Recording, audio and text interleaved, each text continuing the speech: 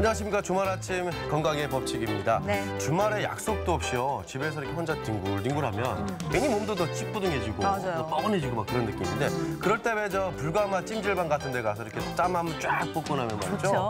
몸이 굉장히 상쾌해지는 걸 느낄 수가 있습니다. 네, 근데 몸은 상쾌할지 몰라도요. 눈 건강에는 아주 안 좋다고 합니다. 네. 우리 눈 외부에 있는 각막이 눈을 보호해 주는데요. 이렇게 열에 노출이 되면 눈이 화상을 입을 수도 있다고 합니다. 그렇군요. 네. 맞아요. 이 각막 화상은 제때 치료를 받으면 일주일이면 정상으로 돌아온다고 하지만 몰라서 조기 대응을 놓치는 경우가 많다고 합니다. 만약에 찜질방을 이용하고 난 뒤에 눈이 따갑고 눈물이 계속 흐르다면 이 각막 화상을 의심을 해봐야 된다고 하는데요. 각막 화상이 의심이 된다면 차가운 물수건으로 눈을 마사지한 뒤에 바로 안과를 찾는 것이 좋다고 합니다. 네, 이 각막 화상 같은 경우에는 찜질방뿐만 아니라 일상생활에서도 우리가 당할 수 있는데요. 그 왜 저 화장실 청소할 때 락스 있지 않습니까? 네. 화장실 청소할 네. 때. 락스에게 또 장시간 노출이 되거나 거기서 나오는 염소가스가 우리 눈에 그 각막에 화상을 입힐 수도 있다 그러니까 청소하실 때 락스로 청소하실 때 조심하시기 바랍니다. 네. 자, 이번 주 이제 건강 밥상 우리가 또 봐야죠. 우리 그렇죠. 박건호 리포터. 예. 네, 이번 주 건강밥상을 소개해드려야겠습니다. 두 분도 보면 아시겠지만 네. 제가 요즘 미모에 물이 좀 올랐잖아요. 네? 무슨 자신감이시죠? 아닌가요? 더 노력하겠습니다. 네, 하지만 오늘의 건강밥상 주인공은 저보다 한층 더 물이 올랐다고 합니다. 도대체 얼마만큼 고운 민낯을 가졌는지 지금 바로 화면으로 만나보시죠. 이곳은 울주군 서생면 앞바다입니다. 경치 좋네요. 네, 요즘 이곳에서 아주 반가운 소식이 들려오고 있는데요. 바로 푸른 바다와 거친 물살을 이겨내고 맛있게 여문 이것을 만나볼 수 있기 때문입니다. 뭘까요? 네, 한창 수확철을 맞아 하루 수확량도 어마어마하다는데요. 미역이네요. 네, 눈치를 벌써 채셨군요. 네. 네, 여러분 이곳은 서생 앞바다입니다. 서생하면 단맛을 자랑하는 황금배부터 먼저 떠오르실 텐데요. 이곳 나사리 마을에는 황금배를 능가하는 것이 있다고 합니다. 임금님께 진상도 되었고요. 그리고 바다의 물살을 가득 맞은 오늘의 건강밥상 바로 미역입니다. 지금 배 타러 가시는 것 같거든요. 쫓아가 볼게요. 지금 이배 타고 미역을 수확하는 기간, 서생 앞바다는 어민들에게 금사라기와 같은 곳이라고 할 수 있는데요. 거친 물살을 가로질러 2월에서 4월까지만 수확한다는 울산 서생미역. 배를 타고 일단 양식장으로 이동을 합니다. 대머리는 안 하셨어요? 그럼요, 튼튼합니다. 네, 저희가 지금 배를 타고 나왔어요. 이제 한 5분 아니면 도착을 한다고 하는데 이 서생미역들을 곧 만나볼 텐데요. 기장미역이 유명하잖아요. 원조는 우리 서생이에요. 맞아. 알고 보니까 서생미역이 원조라고 하더라고요. 네, 간절곶이라 하는 거는 바다 조류가 최고 심하고 이곳이 심하기 때문에 국내에서 최고의 품질을 치고 있는 겁니다. 그렇구나. 저는 잘 몰랐었거든요. 네. 여러분 그럼 그 원조 서생미역 만나러 지금 조금만 기다려주세요. 금방 도착할 것 같아요. 그렇죠?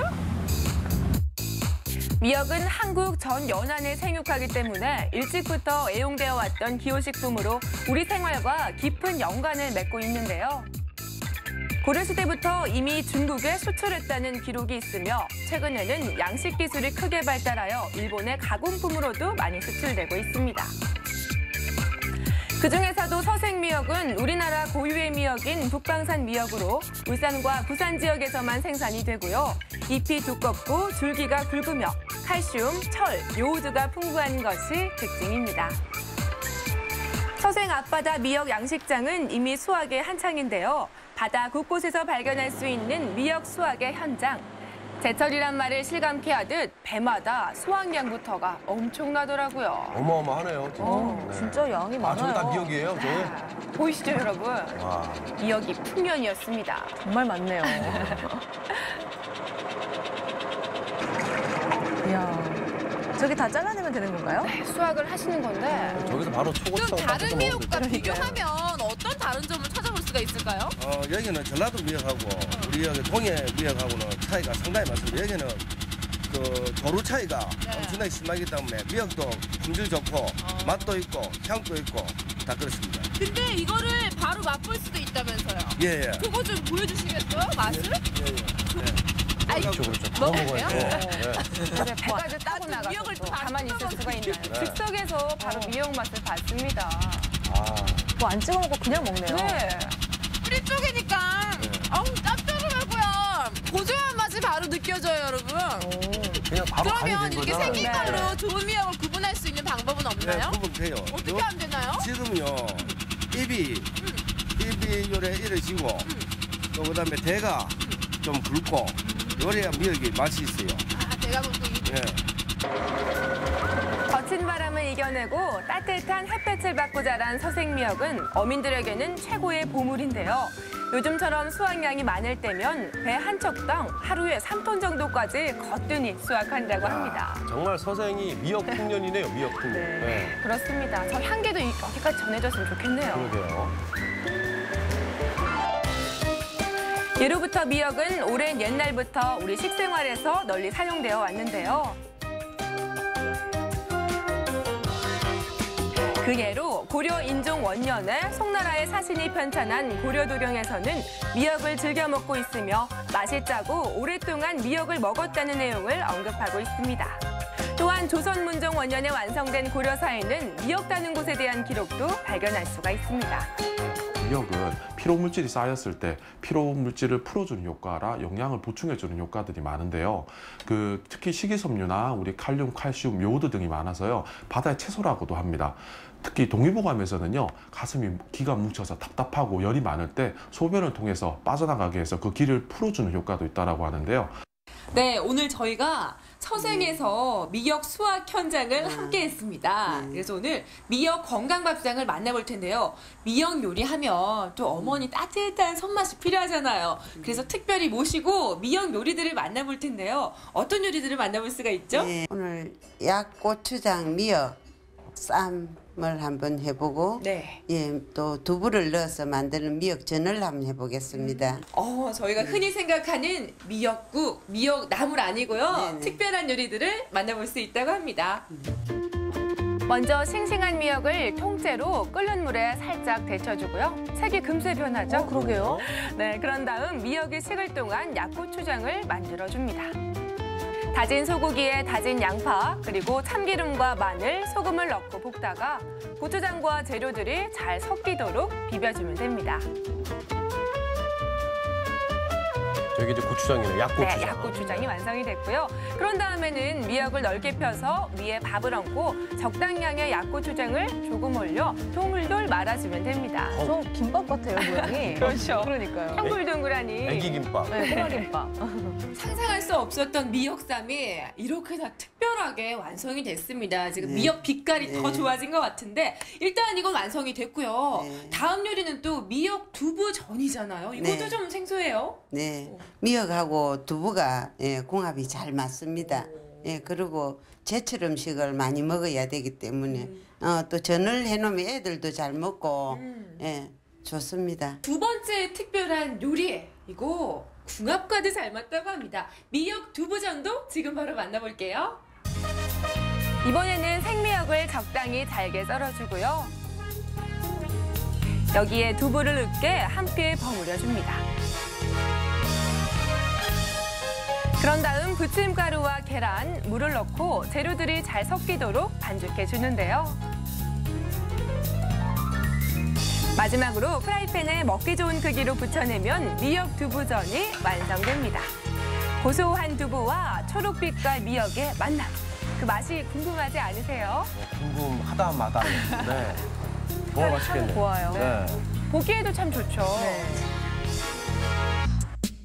여기서 잠깐 두부 이외에도 미역과 궁합이 잘 맞는 음식에는 어떤 게 있을까요? 유준 씨 혹시 아세요? 글쎄요, 뭐가 있을까요? 네, 그럼 제가 소개를 해드리도록 하겠습니다. 네. 네, 먼저 여름 대표 음식에 오이미역 냉국이 있죠. 여기에 빠질 수 없는 감초 역할, 식초의 영양 흡수를 이 미역이 도와준다고 합니다. 게다가 미역과 기름을 함께 조리하면 각종 영양 성분의 흡수율이 높아지기 때문에 미역국이나 초무침도 아주 좋다고 해요. 네, 바다의 물살을 가득 머금은 미역 건강밥상이 완성이 됐습니다. 보기만 해도요, 이 초록빛이 얼마나 예쁩니까? 이것도 몸에 좋다고까지 합니다. 제가 오늘 아침부터 서생까지 가가지고요, 미역 수확하는 것도 보고 했는데 일단 배가 고프니까 좀 먹어봐야 될 것 같아요. 일단은 너무 허기가 지니까 항상 뭘 먹어요, 먼저. 먹어봐야 될 것 같은데 당연히 확인을 이게 해봐야죠. 쌈을 참 싸먹을 수는 있는데 이렇게 말게 되니까 보기에도 너무 예쁘고요. 네, 예쁘지. 그 하얀 밥과 양념의 조합이 어떨지 궁금합니다. 네, 먹기 좋은 크기로 잘라 한 입에 쏙 들어가더라고요. 보통 분들은 좀 클 수도 있겠네요. 평소보다 작았던 것 같은데. 어떻게 이렇게 미역하고 밥하고 뭐 조금 얘네 고추장 얘네 만나는데 이렇게 달큰한 밥이 될 수가 있죠? 미역하고 소고기하고 양파하고 또 저희는 매실 청도 좀 넣고 이래서 예, 잘 어울리고 맛이 날 겁니다. 예. 정말 이렇게 젓가락을 놓을 수 없는 매력적인 맛이에요. 예, 입이 자꾸 계속 가는데. 예, 당기지. 예. 근데 저희가 오늘 미역 요리들을 해봤잖아요. 예, 예. 이렇게 탄생을 했는데 보통 미역은 생으로 먹기도 하고요. 뭐 나물로 먹기도 하고 국을 끓여서 먹기도 하고 하는데 미역은 어떻게 조리할 때 가장 좋은 건가요? 예, 나물도 해 먹고 뭐 전도 부치고 다 하는데 네. 특히 이제 삶는 거를 조심해야 됩니다. 삶을 적에 너무 많이 삶아 버리면 예, 영양도 파괴되고 네. 또 좀 물러져서 허물허물해지고 하니까 아삭아삭한 맛이 없어져요. 네. 예, 그렇게 아주 살짝 데쳐서 네. 예, 그렇게 요리를 하면 좋은 요리가 됩니다. 예. 제대로 알고 먹으면 보약과도 같다는 미역. 먹는 내내 입안으로 바다 향기가 은은하게 퍼져 더욱 식욕을 돋워주더라고요.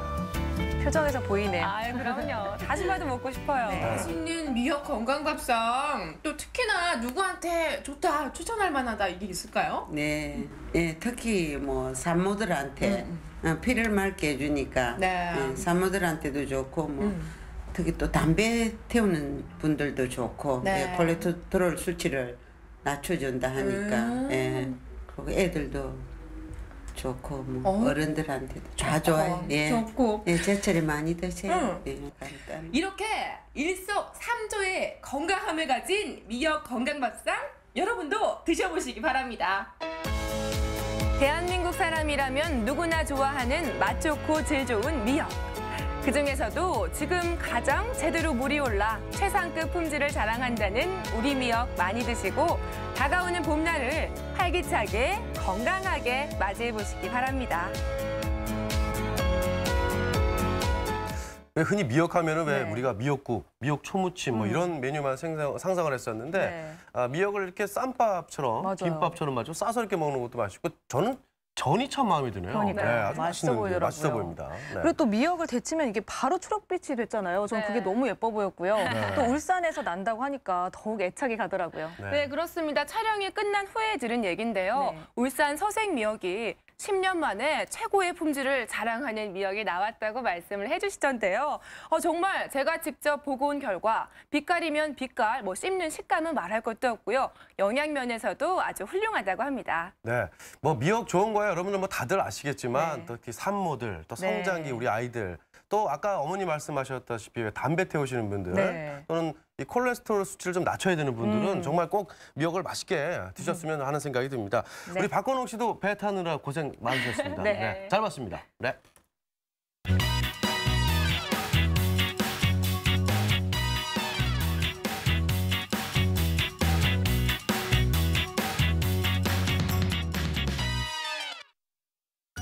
건강의 법칙 오늘의 주제 황혼의 덫 치매.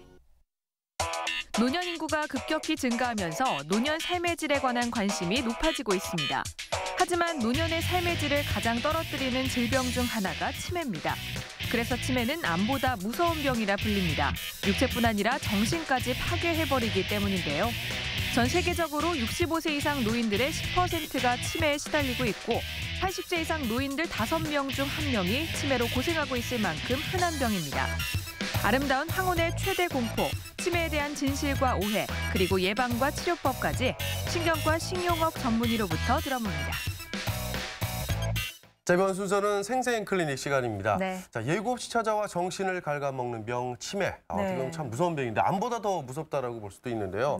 치매가 뇌 질병으로 인식된 거는 불과 20년밖에 되지 않았다고 합니다. 그전에 우리가 그냥 노망 들었다 네, 이런 맞아요. 얘기를 많이 했었죠. 네, 이 치매가 건망증에서 시작을 하다 보니까요. 대부분의 사람들은 깜빡깜빡한다고 치부를 해서 네. 치료 시기를 놓치는 경우가 많다고 합니다. 그렇습니다. 그래서 오늘 생생클리닉 시간에는 평균 수명이 늘면 늘수록 많아지는 병, 이 치매에 관해서 자세히 이야기 나눠보겠습니다. 네. 안녕하세요. 안녕하세요. 네, 최근 60대 이상에게서 이 병만큼은 걸리지 않았으면 좋겠다라고 물었더니 암과 더불어서 치매가 정말 많았다고 합니다. 그래요? 네. 그만큼 무섭고 두려운 병이라는 얘기일 텐데요. 이 치매라는 게 정확히 어떤 상태를 얘기하는 건가요?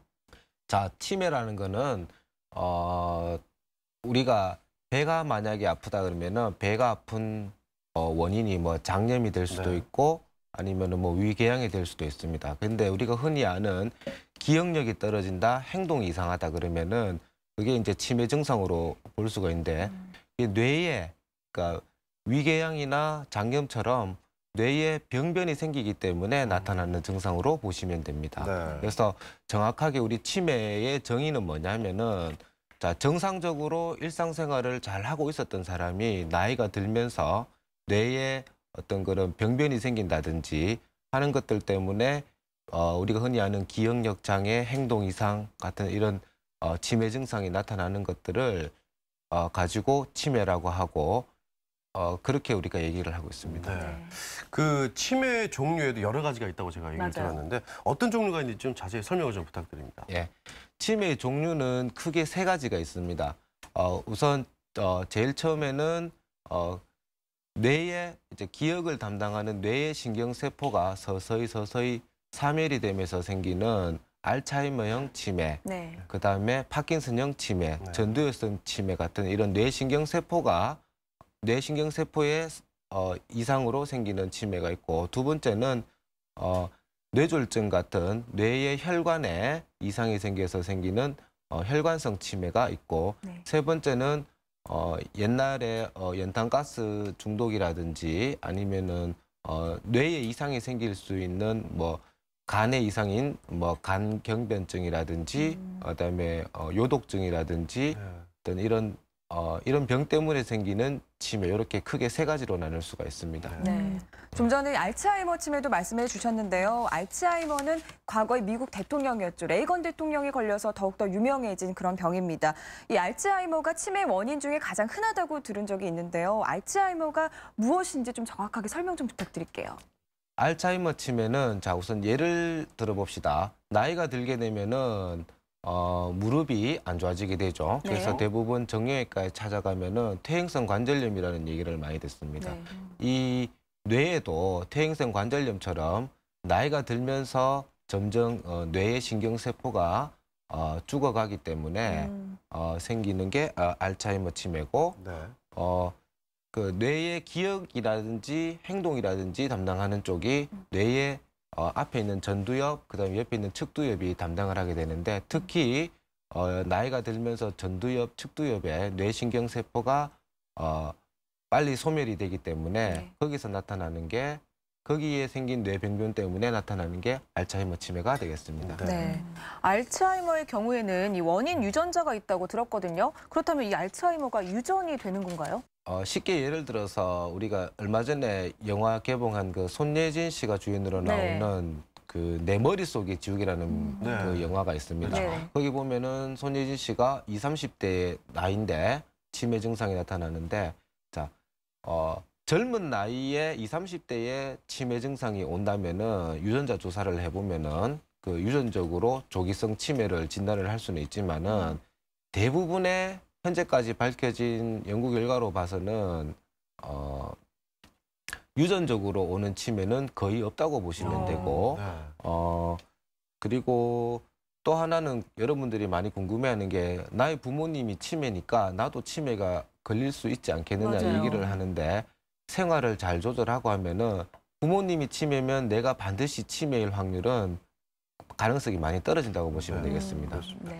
그 유전에 대한 걱정은 안 해도 된다라고 말씀을 하셨는데, 네. 사실 이 알츠하이머성 치매 같은 경우에 제가 듣기로 뭐 전염이 된다는 얘기를 제가 맞아요. 들은 적도 있었거든요. 전염 얘기 들어봤어요. 유전은 안 되지만 과연 전염은 될 수 있는지 한번 좀 궁금합니다. 어떻게 좀 예. 설명 좀 해주시죠. 우리 전염이라는 말은 감기라든지 아니면 뭐 세균 같은 것들이 내가 가지고 있으면은 옆에 건강한 사람한테 옮아간다는 그게 전염이라는 뜻인데 네. 그렇다 그러면은 알츠하이머라든지 치매 환자가 있을 때 옆에 있는 사람은 뭐 감기처럼 전염이 되어서 그렇게 되지는 않습니다. 지금 현재 미국에서 알츠하이머 치매라든지 다른 병들이 전염이 된다고 하는데 현재까지로는 그 전염에 관련되는 어떤 그런 부분은 이야기는 하고 있지만은 아직까지는 확실하게 그런 부분에 대해서 연구된 적은 없고 치매는 전염이 된다. 아직은 잊으셔도 될 것 같습니다. 네.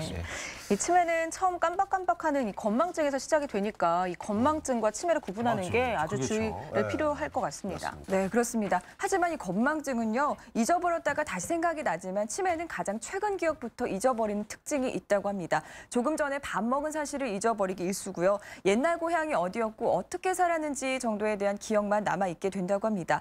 일찍 치료해서 발견해서 치료를 하면 진행을 늦출 수 있는 만큼 초기 진단이 중요한데요. 치매에 관한 모든 것 이야기 담아봤습니다. 화면 함께 보시죠. 철의 여인으로 불리며 영국의 경제 부흥을 이끌었던 마거릿 대처 총리. 미국에서 가장 존경받는 대통령 중 하나인 로널드 레이건 대통령. 세상을 쥐락펴락한 이들도 피해가지 못한 병이 있습니다. 바로 알츠하이머형 치매입니다. 치매는 라틴어 디멘스에서 유래된 말로 디는 제거한다, 맨스는 정신을 의미합니다. 말 그대로 정신이 제거된 질병입니다.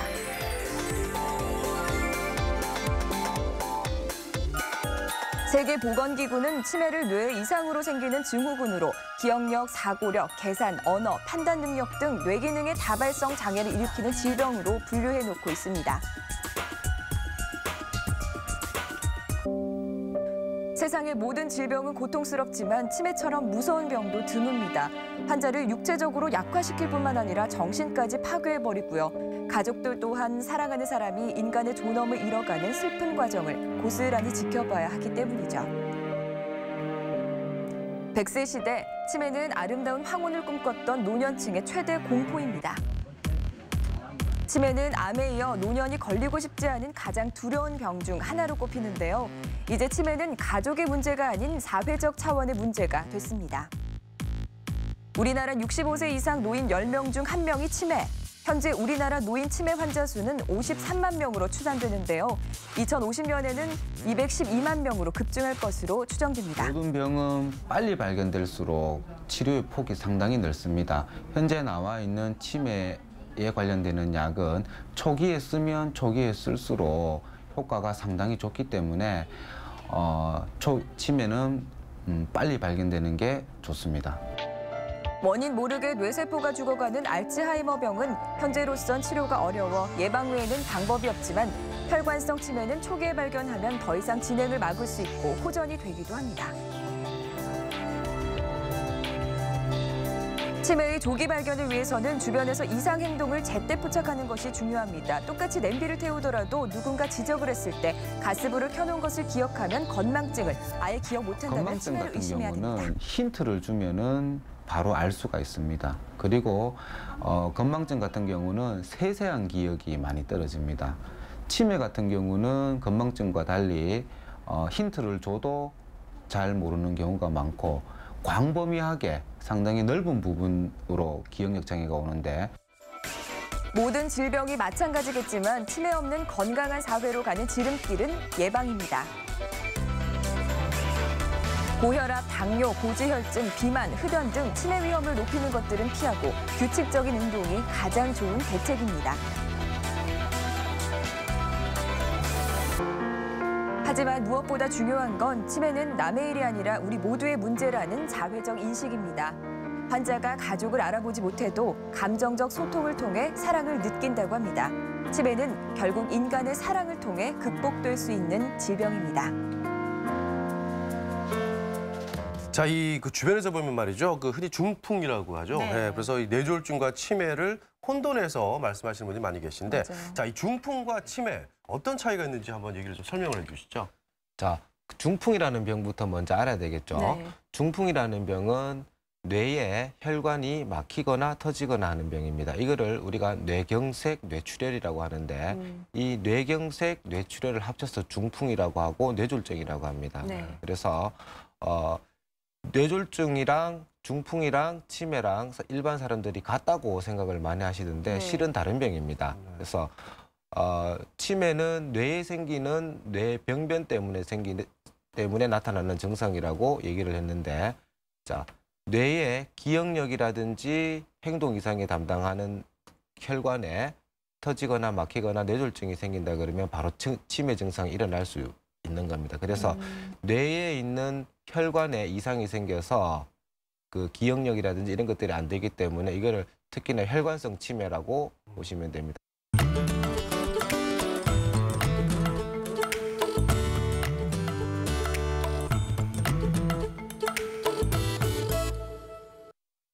네, 흔히 사람들이 알츠하이머와 파킨슨병을 좀 혼돈하기 쉬운데요. 그렇다면 이 파킨슨병도 알츠하이머와 유사한 병이 맞나요? 파킨슨병이라고 하는 거는 뭐 신문상에서도 많이 봤겠지만은 파킨슨병은 첫째로 처음에 가만히 있으면은 손이나 발이 덜덜덜 떨리기부터 시작합니다. 그 이후에 사람의 몸이 나무 토막처럼 뻣뻣해지고 그리고 사람의 얼굴 표정이 완전 거의 없어지게 되고 그리고 걸음걸이도 보면은 까치가 걷듯이 아장아장 걷는 이런 4가지 증상이 있을 때 우리 파킨슨병이라고 하고, 이 파킨슨병의 원인은 뭐냐면은 뇌에 방금 얘기했던 이러한 증상들이 담당하는 곳에 알츠하이머랑 비슷하게 뇌신경세포가 거기에 집중적으로 손상이 오기 때문에 파킨슨병의 증상이 생기는 겁니다.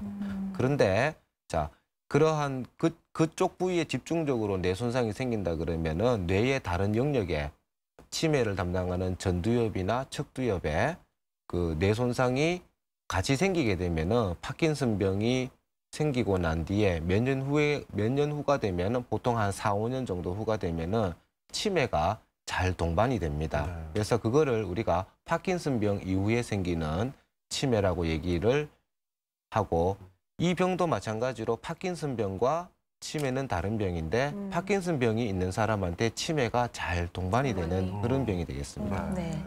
사실 아무리 젊어도 건망증이 심하면 사실 걱정이 되거든요. 근데 또 건망증이 심한 사람이 치매가 걸리기 쉽다 이런 얘기도 참 많이 들었거든요. 이 건망증과 치매 어떤 상관관계가 있을까요? 자, 요즘 가장 많이 받는 질문인 것 같습니다. 자, 치매와 건망증을 구별하는 방법 쉽습니다. 하나만 아시면 됩니다. 힌트를 주었을 때 이 힌트에 대해서 정확하게 답을 하느냐 못하느냐에 달려 있습니다. 자, 예를 들어서 실제로 치매 환자한테 물어보면 어르신 오늘 아침 식사를 하셨습니까? 라고 얘기하면은 어르신은 대부분 치매가 있는 분들은 아침 식사를 했는 자체를 모릅니다. 그렇다면은 내가 언제 밥을 먹었지? 뭐 이런 정도로 얘기를 하시는 분, 그런 경우는 치매의 가능성이 더 많고 다른 사람, 치매가 아닌 사람한테 물어보면은 아침 식사를 하셨습니까? 하고 하면 예, 맛있게 먹었습니다. 그랬을 때 이제 뭐 하고 드셨습니까? 누구랑 먹었습니까? 라고 물어봤을 때 누구랑 먹었더라? 그러면 대부분 사람이 내가 기억력이 떨어져서 치매가 아닌가 이렇게 얘기하는데 요거는 세세한 부분이죠. 그래서 힌트를 줍니다. 당신이 가장 좋아하는 음식, 당신이 제일 좋아하는 사람하고 먹었어요. 그러면 근데 우리 부인이랑 김치찌개를 먹었구나. 이렇게 금방 힌트를 줬을 때 대답을 하게 되면은 이거는 건망증으로 보시면 되겠습니다. 굉장히 간단한 얘기를 하는데 근데 말이죠. 건망증도 이게 너무 심하면 치매 위험이 없는 건망증이라도 너무 심하면은 일상생활에 굉장히 큰 심지어 리모컨 막 냉장고에 넣어놓고 막 그런 분들 계시잖아요. 근데 이게 이럴 때는 어떻게 좀 치료를 해야 되나요? 어떻습니까? 건망증이 많이 심하면은 사람들이 의심을 하게 됩니다. 주로 한 50대 정도 되는 사람들이 건망증이 심하면 내가 치매가 오지 않을까 상당히 걱정을 많이 하는데 50대가 되면은 걱정거리가 많습니다.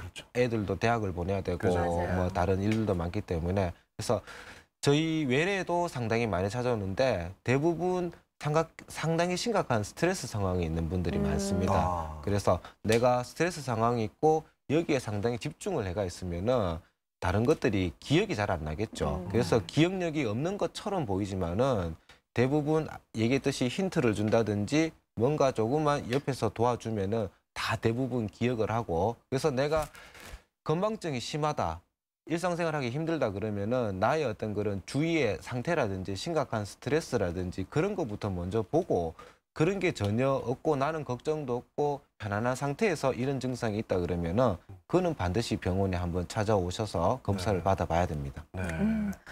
경도 인지장애라는 얘기도 저는 들은 적이 있는데요. 왜 드라마 같은 데서 보면 처음에는 깜빡깜빡하다가 나중에는 증상이 점차 심해지는 경우를 많이 봤거든요.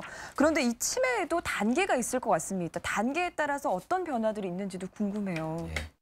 경도 인지장애라는 거는 방금 얘기했듯이 이제 심각한 스트레스 상황이 아닌데도 자꾸 기억력이 일상생활하는데 심각하게 떨어진다. 하지만은 다른 뭐 행동 이상이라든지 뭐 길 찾아오는 시공간 능력이 이런 증상들은 못 없는데 기억력만 떨어진다. 그 외에 다른 검사라든지 다른 인지 능력은 다 정상이다. 그게 이제 경도 인지 장애라고 보시면 되고 이 경도 인지 장애는 최근에는 치매의 바로 전 단계로 봅니다.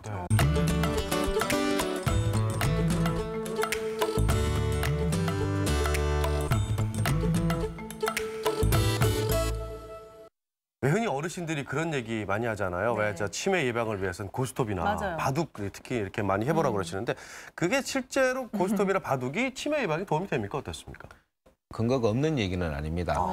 사람이 뇌를 자꾸 사용하면 사용할수록 그 뇌의 어떤 그런 기능이 점점 더 올라가게 됩니다. 아무래도 고스톱이라든지 바둑이라든지 독서라든지 이런 것들은 뇌가 상당히 활동을 많이 하게 되는데 자, 예를 들어서 몸의 배인 일만 생각하자면 집안 청소, 밥 이렇게 똑같은 행동만 하게 되면은 그거는 치매에 오히려 더 안 좋습니다. 사회생활이 떨어지고 가만히 있는 거. 그거보다는 사람들 더 많이 만나고 얘기를 하고 독서를 한다든지 아니면은 뇌를 사용하는 바둑 이런 것들은 도움이 될 수가 있겠고 그중에 최근 연구에서 독서가 가장 좋은 것으로 그렇게 지금 나오고 있습니다. 뭐니 해도 치매 예방은 이런 이제 사회생활을 좀 더 잘하는 거 하고 치매에 나쁜 영향을 줄 수 있는 고혈압이라든지 당뇨라든지 어떤 그런 성인병을 줄이는 것도 치매 예방에 상당히 도움이 되겠습니다. 네. 요즘 우울증 문제도 심각한 사회 문제 중에 하나인데요. 그럼요. 이 노인성 우울증이 치매 증상과 아주 비슷해서 오진이 나는 경우가 많다고 들었거든요. 이 노인성 우울증과 치매 어떻게 다를까요? 자, 우선 비교를 해보자면 치매 때문에 생기는 우울증은 자, 예를 들어서 기억력이 떨어지면은 다른 사람이 조금 이상하게 봅니다. 그러면은 다른 사람들하고 이야기하는 것도 좀 떨어지고 사람이 자꾸 위축이 됩니다. 그런 과정에서 기억력 장애가 먼저 있고 난 뒤에 치매는 서서히 이렇게 왔을 때 치매 환자 중에 우울증은 한 절반 정도 있습니다. 상당히 많이 동반이 될 수 있는데 근데 이제 노인성 우울증 때문에 치매와 유사하게 나타나는 어떤 그런 증상은 몇 가지 차이점이 있는데 이런 경우는 첫 번째 분명히 이벤트가 있습니다. 뭐 예를 들어서 뭐 사기를 당했다든지 아니면은 뭐 집안에 큰일이 있으면은 그 이후부터 우울증을 있게 되고 여기에 신경 쓰다 보니까 이제 기억력 장애라든지 치매 증상이 비교적 빨리 오고 이벤트가 있고 그리고 치매 환자는 방금 얘기했지만 광범위한 기억을 잃어버리는데 이 부분도 비교적 자세하게 기억을 못합니다. 하나의 부분은 기억을 하는데 자세한 부분을 기억을 못하는 그런 부분들이 있는데 이런 경우는 결국은 본인의 스트레스라든지 그런 것들을 반드시 한번 봐봐야 되고 이거는 의사로서도 감별하기가 참 어려운 점이 많은데 주위의 가족이 이 정보를 들으시고 유심히 관찰해 보는 게 또 상당히 중요합니다. 모든 병이 그렇듯이 조기에 발견하면 조금은 희망적인데요. 이 치매도 조기 발견이 가능한지 혹시나 조기에 발견을 했다면 결과도 좀 희망적인지 그것도 궁금합니다. 모든 병은 초기에 잡아야 되죠. 치매도 마찬가지입니다. 자, 내가 기억력이 떨어지는데 우리 부모님이 기억이 떨어지는데 기억력만 떨어지면 무조건 치매냐 그건 아닙니다. 기억력 외에 뇌가 해야 되는 여러 가지 기능은 사고력, 판단력, 계산력 여러 가지가 있습니다. 그래서 5분, 10분 얘기 듣고 이 사람이 치매다라고 진단은 절대로 못합니다. 그거를 이제 우리나라에서 우리나라 전국적으로 사용되는 게 서울신경심리검사라는 게 있습니다. 네. 그게 뭐냐면은 기억력, 판단력, 시공간 능력 여러 가지 뇌의 영역에 대해서 가장 객관적으로 어느 병원이든 똑같이 이거는 시행되게 돼 있습니다. 그래서 똑같은 테스트를 해서 거기에 나오는 결과를 가지고 객관적으로 치매가 기억력이, 판단력이, 이해력이 이런 것들을 하고 거기에 우울증 검사도 같이 포함이 되게 돼 있습니다. 그래서 가장 객관적으로 볼 수 있는 게 서울신경심리검사, 치매를 진단하는데 가장 중요한 검사가 되겠고 가장 객관적으로 보여줄 수가 있고 그리고 또 치매 원인 중에 아까 뭐 간의 이상이라든지 신장의 이상이라든지 이런 것들인데 혈액 검사에서 그런 뇌에 영향을 줄 수 있는 뇌과적인 병변이 있는지 혈액 검사를 하고 또 하나 중요한 거는 치매는 뇌의 병변이기 때문에 뇌에 이상이 있는지 없는지 확인을 해봐야 되겠죠. 그게 이제 CT나 MRI가 있습니다. 그래서 서울신경심리검사, 혈액검사, 뇌 영상검사를 해서 빨리 발견을 한다 그러면은 특히 경도인지장애라든지 치매 초기에 발견을 하게 되면은 상당히 치료 약에 대한 반응이라든지 상당히 좋은 결과가 될 수가 있습니다. 치매라는 것이 뭐 정확한 원인은 없는 질환이긴 하지만요. 그래도 영향을 미치는 게 있을 것 같거든요. 아까도 뭐 얘기해 주셨지만 술하고 담배, 또 고혈압 같은 만성 질환들이 어느 정도 영향을 미치는 건가요? 네. 만성 질환은 당연히 치매에 영향을 많이 끼치게 됩니다. 처음에 얘기했던 이 뇌졸중 혈관성 치매는 뇌의 혈관이 막히거나 터지거나 하는 것들입니다. 그래서 뇌의 혈관이 점점점 좁아지는 것을 동맥경화라고 하고 이 동맥경화가 뇌졸중 중풍의 제일 큰 원인이 됩니다. 그래서 중풍이 있으면은 치매가 잘 동반된다고 얘기했죠. 그래서 중풍을 예방을 하게 되면은 치매가 동시에 예방이 됩니다. 그래서 고혈압, 당뇨, 그다음에 고지혈증, 비만, 술, 담배 이런 것들은 치매에 상당히 나쁘게 되고 비단 혈관의 문제만이 아니라 뇌신경세포가 점점 빨리 소멸이 된다 그러면은 여러 가지 연구에 있어서 고혈압이나 당뇨나 고지혈증 이런 것들은 뇌신경세포가 더 빨리 죽는데 동맥경화 말고 더 빨리 죽는데도 영향을 많이 미치기 때문에 반드시 조절을 해야 됩니다.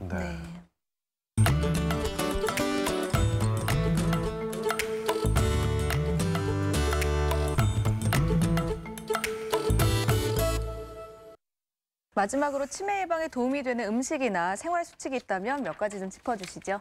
대한치매학회, 대한치매협회, 그다음에 보건복지부 전부 다 치매 예방을 위해서 5가지 수칙이 나와 있습니다. 그중에 이제 첫 번째가 뭐냐면은 고혈압, 당뇨, 비만, 고지혈증, 술, 담배 같은 것을 하지 말자. 두 번째가 뭐냐면은 일주일에 한 2번 이상 30분 정도 땀나게 운동하라는 뜻이겠죠, 그죠? 두 번째는 운동. 세 번째는 아까 독서라든지 바둑이라든지 얘기를 했는데 두뇌를 좀 적극적으로 사용하고 뭔가를 좀 배우려는 습관을 가지는 게 그게 또 도움이 되고 네 번째는 사회활동을 적극적으로 하는 게 좋습니다. 하던 일 계속 반복이라기보다는 다른 사람들하고 어울리고 등산이라든지 이렇게 사회활동을 잘 하는 게 좋고 5번째는 뇌 건강에 좋은 뭐 야채라든지 과일이라든지 아니면 콜레스테롤이 낮은 거 이런 음식들을 잘 먹는 이런 5가지가 지금 나와 있습니다. 자, 우리가 흔히 뭐 지갑을 잃어버린다든지 열쇠 뭐 이런 것들 자꾸 잃어버리는 경우가 이 나이가 들면서 흔한 어떤 상황 중에 또 그리고 또 이런 일들이 자꾸 벌어지게 되는데 어떻게 보면 이렇게 치매로 가고 있다는 어떤 증상을 보여주는 초기 증상을 보여주는 경고일 수도 있으니까 꼭 이상하다, 자꾸 까먹는다, 잊어버린다 싶으신 분들은 병원에 한번 가셔서 상담을 한번 받아보시는 게 좋지 않을까 하는 생각이 듭니다. 오늘 신용옥 신경과 전문의 모시고요. 고령화 사회로 급격히 늘고 있는 치매에 관해서 이야기 나눠봤습니다. 오늘 말씀 감사드립니다. 감사합니다. 네, 감사합니다. 건강의 법칙 이제 마칠 시간입니다. 네. 자, 이 밥 먹고 양치하기 좀 이렇게 좀 애매한 경우 있잖아요. 네. 시간도 없고 그럴 때. 맞아요. 껌 씹는 분들이 많이 계신데 이게 껌 씹는 게 건강상으로 이렇게 좋은 점이 많다 그래요. 맞아요. 네. 껌을 씹는 것이요. 칼로리 섭취는 줄이고 에너지 소비는 늘려서 체중 관리에 아주 좋다고 하고요. 또 껌을 씹은 후 배고픔도 덜 느끼는 것으로 나타났다고 합니다. 그렇습니다. 또 껌을 씹은 후에는 더 활기차게 느꼈다고 합니다. 네, 껌 씹는 게 또 이렇게 주는 이점이 많은지는 저는 몰랐었는데 네. 근데 가장 중요한 건 껌 씹을 때 너무 경박스럽게 씹지 마시고요. 네. 알맞게 조근조근. 곱고 네. 곱게 씹어주시기 바랍니다. 네. 저는 이제 인사를 드리도록 하겠습니다. 네. 고맙습니다.